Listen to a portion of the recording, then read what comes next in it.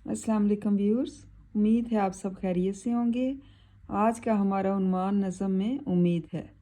अल्ताफ़ हुसैन हाली ने यह नज़म लिखी है और मुदर्रजा ज़ेलबंद की तशरीह करते हैं।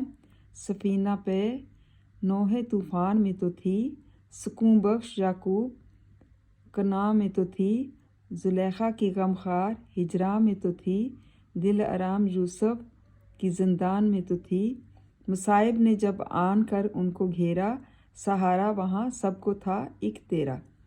इसमें शायर अल्ताफ़ हुसैन हाली कहते हैं, ये एक तलमी है हज़रत याकूब अलैहिस्सलाम के बारे में और तारीख़ी हवालों से इसको दिया गया है कि उम्मीद कितनी बड़ी चीज़ है। वो उम्मीद से मुखातिब होकर इसकी तारीफ़ करते हुए कहते हैं कि ये वही थी कि जब हज़रत नूह अलैहिस्सलाम अपनी कौम से बेजार हो चुके थे और मायूस हो चुके थे और अल्लाह से शिकायत करते थे कि इनकी कौम हक बात को तस्लीम नहीं करती, मतलब सच्ची बात को तस्लीम नहीं करती और बहुत ही हद से बाहर जा रही है। अल्लाह ताला ने उन्हें कश्ती तैयार करने का हुक्म दिया था। इस तरह हज़रत नूह अलैहिस्सलाम और उनके साथ अहले ईमान ने कश्ती में बैठकर निजात पाई थी। फिर वो हज़रत याकूब अलैहिस्सलाम के सब्र का ज़िक्र करते हुए इसमें बयान करते हैं कि ये उम्मीद ही थी जिन्होंने उन्हें हौसला दिए रखा था और आखिरकार वो अपने प्यारे बेटे हज़रत यूसुफ अलैहिस्सलाम से मिल पाए।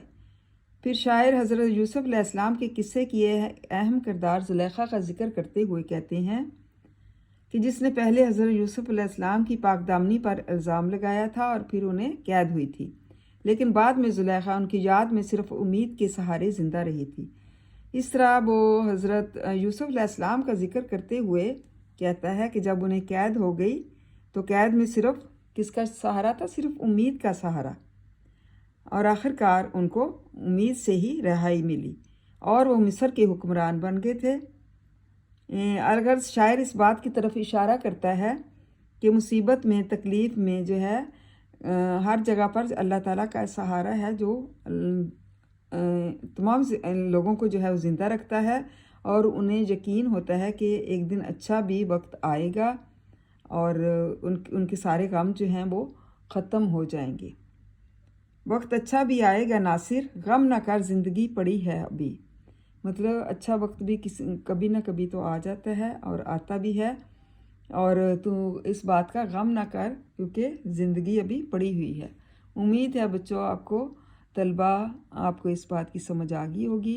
इसको अच्छी तरह से लर्न करें, याद करें। थैंक यू एंड जज़ाकल्लाह खैर।